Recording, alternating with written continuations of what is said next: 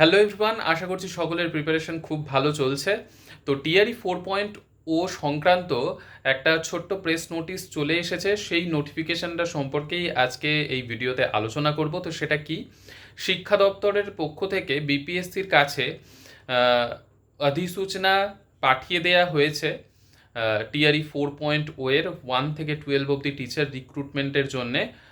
শিক্ষা দপ্তরে এবং কল্যাণ বিভাগ দুটোর রিক্রুটমেন্ট হয়, আশা করি জানো তোমরা সকলেই। একটা হচ্ছে শিক্ষা দপ্তর আর একটা হচ্ছে ওয়েলফেয়ার ডিপার্টমেন্ট, দুটোরই রিক্রুটমেন্ট বিপিএসসির তরফ থেকেই কিন্তু একসাথে হয়।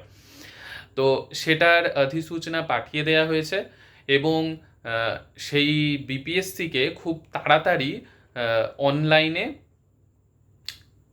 যে ফর্ম ফিল আপ এবং তার রিলেটেড বাকি যা কিছু রয়েছে সেগুলো, অনলাইন নোটিফিকেশান সব কিছু খুব তাড়াতাড়ি পাবলিশ করার জন্য কিন্তু নোটিশে মেনশন করা রয়েছে।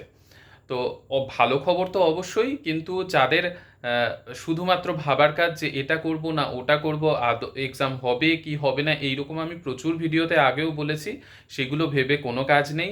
যখন যেটা এক্সাম হওয়ার এক্সাম কিন্তু হতে থাকবে, সেটা আমাদের নিজের রাজ্যের এক্সাম তো হবেই, সেটা আশা করি সকলেই সেটার জন্য রীতিমতো খাটছে। আর টিচিং রিলেটেড এক্সাম তো নিজের সাবজেক্ট তো পড়তেই হবে, আর তা বাদে তো একই জিনিস। তো সেগুলো তো যারা কন্টিনিউ করার তারা নিশ্চয়ই কন্টিনিউ করছে। তো যেটাই হোক, টিআরই 4.0 এর এক্সাম আগে হোক বা নিজের রাজ্যের এক্সাম আগে হোক, তার জন্য প্রিপারেশন যেমনভাবে নিচ্ছ, অন্য কিছু না ভেবে যে কি হবে কি না হবে, কত পার্সেন্ট রিজার্ভেশন, এত কিছু মাথায় না নিয়ে তোমাকে জাস্ট একটা সিট নিতে হবে।